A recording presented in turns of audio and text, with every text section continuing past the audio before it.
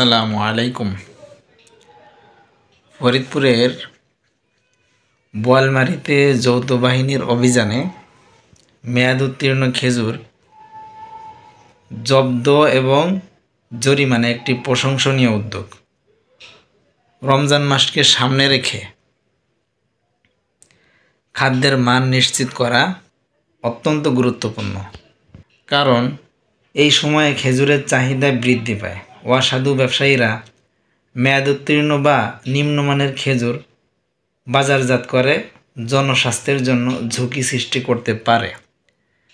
এ ধরনের অভিযান ভোক্তাদের সুরক্ষা প্রদান করে এবং ব্যবসায়ীদের মধ্যে সততা এবং নৈতিকতার মানদণ্ড বজায় রাখতে সাহায্য করে। জনস্বার্থে এ ধরনের অভিযান অব্যাহত রাখা উচিত, যাতে খাদ্যপণ্যের মান নিশ্চিত হয় এবং জনগণ নিরাপদ খাদ্য গ্রহণ করতে পারে। যারা এরকম করেছে, আমি এর নিন্দা এবং প্রতিবাদ জানাই। তাও আবার আমাদের ফরিদপুরের বোয়ালমারীতে প্রত্যেকটা স্থানে, প্রত্যেকটা জেলায়, উপজেলায়, প্রত্যেকটা দোকানে এইভাবে অভিযান চালানো উচিত। মানে প্রত্যেকটা সেক্টরে, প্রত্যেকটা জায়গায়, প্রত্যেকটা খাদ্যে, কোনো খাদ্যে বাকি নেই।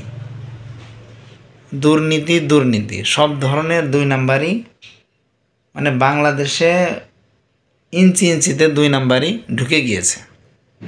খুবই আফসোস। আল্লাহ তাআলা বাংলাদেশকে হেফাজত করেন।